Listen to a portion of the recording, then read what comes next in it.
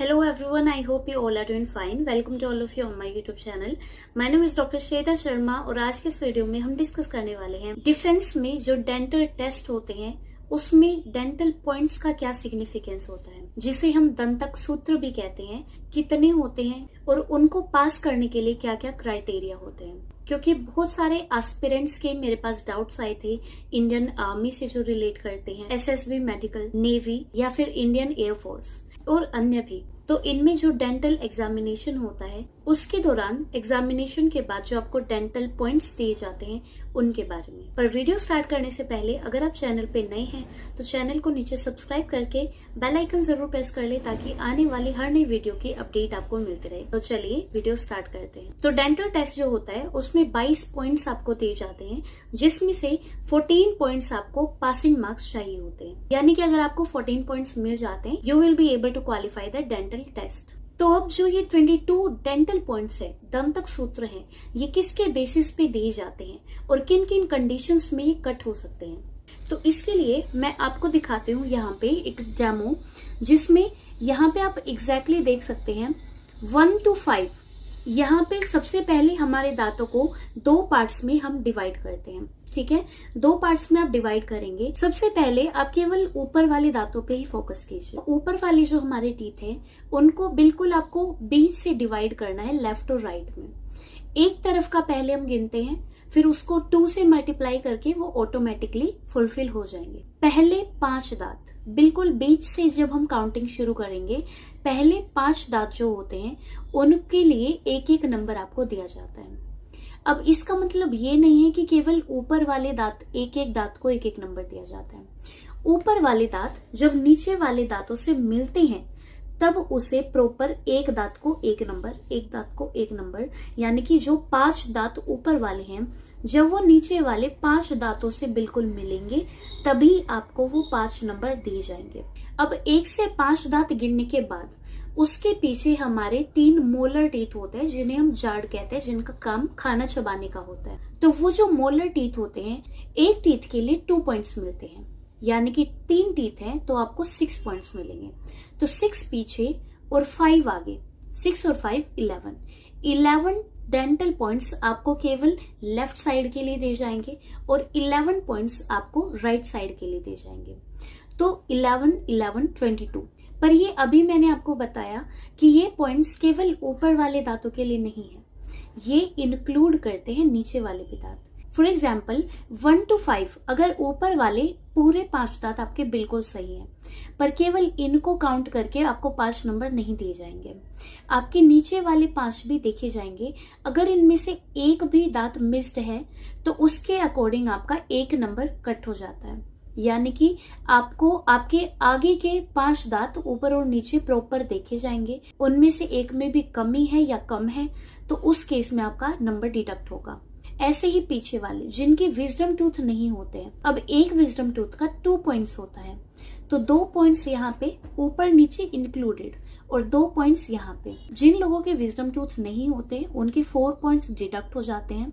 अब ये भी एक मैटर ऑफ डिस्कशन है कि आज के दिन जो विजडम टूथ है वो एक वेस्टिजियल ऑर्गन है, यानी कि वो धीरे धीरे खत्म होता जा रहा है क्योंकि उसका कोई यूज नहीं होता है। तो हो सकता है कि हम उस टूथ नंबर को इस कैटेगरी से रिमूव ही कर दें, पर ऐसे डिस्कशंस का रिजल्ट काफी लंबे टाइम में आता है। तब तक के लिए हमें इस स्टैंडर्ड को ही फॉलो करना पड़ेगा। तो इसलिए जिन लोगों के विजडम टूथ हैं उनके प्रॉपर 6 पॉइंट्स इंक्लूड होंगे, जिनका विजडम टूथ नहीं है उनमें 4 नंबर्स डिडक्ट होंगे। ठीक है, नाउ द क्वेश्चन अराइजेस कि अगर इन सभी दांतों में किसी में भी कैविटी है तो उस कैविटी के भी मार्क्स डिडक्ट किए जाएंगे, या फिर जब भी आपको दांत बंद करने के लिए बोला जाएगा, यानी कि जैसे आप खाना चबाते हैं उस पोजीशन में आप अपने दांतों को बंद कीजिए, जिसे हम ओक्लूजन कहते हैं। ओक्लूजन में दांत आने के बाद आपकी बाइट चेक की जाती है। बाइट रिलेशन में ये देखा जाता है कि क्या आपके सभी ऊपर वाले टीथ नीचे वाले टीथ को अच्छे से टच कर रहे हैं। अगर आपका कोई एक टीथ टच नहीं कर रहा है तो उसके भी आपके मार्क्स डिडक्ट किए जाते हैं। ऐसा जनरली क्यों किया जाता है? क्योंकि प्रैक्टिस के दौरान आपको दांतों से रस्सी पकड़ना होता है ना। तो ऐसे बहुत सारी एक्सरसाइजेस होती हैं। अगर आपके दांत उन एक्टिविटीज के लिए कैपेबल नहीं होंगे तो फिर उस चीज का कोई बेनिफिशियल नहीं रहेगा। इसलिए आपका डेंटल एग्जामिनेशन किया जाता है, ताकि अगर आपके दांतों की कंडीशन ठीक है तभी आप फर्दर सिलेक्शन के बाद उन एक्टिविटीज को परफॉर्म कर पाएंगे। तो ऊपर और नीचे वाले दांत अच्छे से मिलाइए। अगर किसी में भी गैप है तो there can be a certain problem, उसको आप जरूर ठीक कराएं।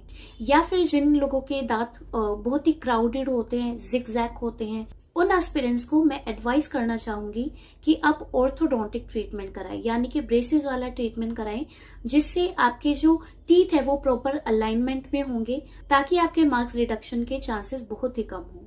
अगर कोई भी कैविटी है उसको डेंटल क्लिनिक पे जाके फिल जरूर कराएं। अगर दांतों में कैलकुलस है, क्योंकि ओरल हाइजीन भी काफी इंपॉर्टेंट होता है। अभी बहुत सारे एस्पिरेंट्स पढ़ने पे और प्रैक्टिस में इतना बिजी हो जाते हैं कि अपने ओरल हाइजीन को वो ध्यान नहीं रख पाते हैं। ऐसी कंडीशन में ज्यादातर हमारे दांतों पे कैलकुलस जमा होना, डिपॉजिट होना शुरू हो जाती है। कैलकुलस जितनी हमारे दांतों में डिपॉजिट होती जाएगी उतना ही हमारे मसूड़े जो गम्स है और हमारे दांतों के बीच में स्पेस होता जाएगा, जिसकी वजह से जिंजिवाइटिस जैसे प्रॉब्लम हो जाते हैं, यानी कि हमारे गम्स में, मसूड़ों में स्वेलिंग हो जाती है, ब्लीडिंग होती है। अगर उस कंडीशन पे भी आप अगर ठीक नहीं कराते हैं, उसको मेंटेन नहीं करते हैं, तो वो फर्दर और ज्यादा गम्स दूर हो जाते हैं, जिसकी वजह से पेरियोडोंटाइटिस, यानी कि लेमन अगर टर्म में इसको हम यूज करें, बोले तो इसको हम पायरिया कहते हैं। पायरिया जैसी कंडीशन में तो दांत बिल्कुल हिलना शुरू हो जाते हैं, और ऐसी कंडीशन में तो वो रिजेक्शन के ही चांसेस ज्यादा होते हैं। तो इसलिए अपना ओरल हाइजीन जरूर मेंटेन रखिए। और जो भी प्रॉब्लम्स है, अगर टीथ में कैविटी है तो कैविटी फिल कराइए, आरसीटी की जरूरत है तो आरसीटी करा के उसके ऊपर कैप जरूर लगवाइए। अगर टीथ क्लीन नहीं है तो डेंटल क्लीनिंग, एक डेंटल ट्रीटमेंट होता है, वो कराइए। और अगर टीथ क्राउडिंग है तो आप ऑर्थोडोंटिक यानी कि ब्रेसेस वाला ट्रीटमेंट कराइए। तो इसलिए आप अपनी ओरल प्रोफाइल के अकॉर्डिंग, आपके दांत जैसे हैं, जैसे आपके दांतों को जिस ट्रीटमेंट की रिक्वायरमेंट है उसके अकॉर्डिंग आप अपना दांतों का इलाज करवाइए और अपना ओरल हाइजीन मेंटेन रखिए। So yes, this is all about today's video. I hope आप सभी को ये समझ में आई होगी। अगर हेल्पफुल लगी है तो नीचे लाइक जरूर करें। अलोंग विद दैट, अगर आप चैनल पे नए हैं तो नीचे सब्सक्राइब करके बेल आइकन जरूर प्रेस कर दें, ताकि आने वाली हर नई वीडियो की अपडेट आपको मिलते रहे। तो अब मिलेंगे नेक्स्ट वीडियो में। थैंक यू, जय Hind and all the very best for your exam.